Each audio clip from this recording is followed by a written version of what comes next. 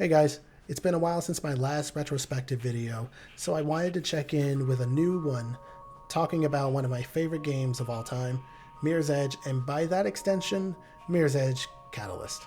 I've gotten used to writing out my thoughts in a script format when it comes to talking about these games, so I'm just going to do that again here. So I hope you guys have got your running shoes on, because it's time to go. Even I cringed a little bit saying that, I'm sorry.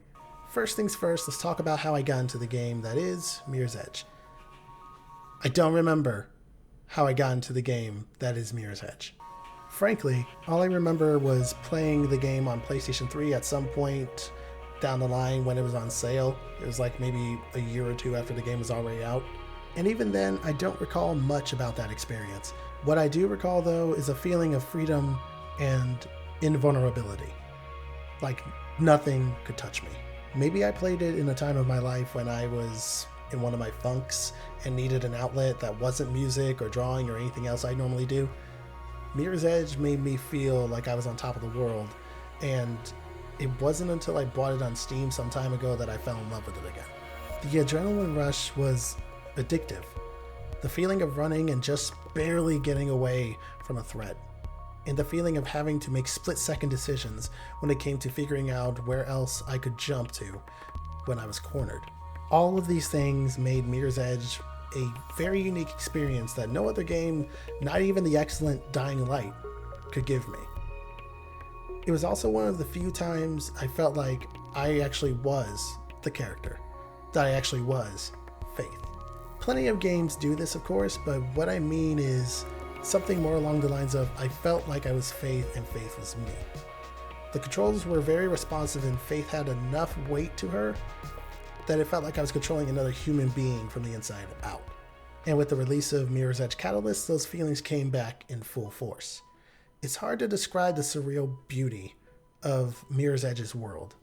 From the art to the music to the sleek style, it's one of those worlds I wanted to and still want to get to know better.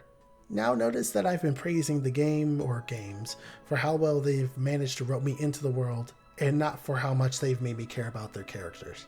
Well, that's because, frankly, their stories are merely serviceable. They're nothing to write home about, and though they are far from the worst, they aren't particularly, I hate that word,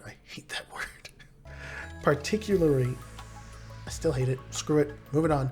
They're not memorable either, which frankly to me is worse than being a bad story.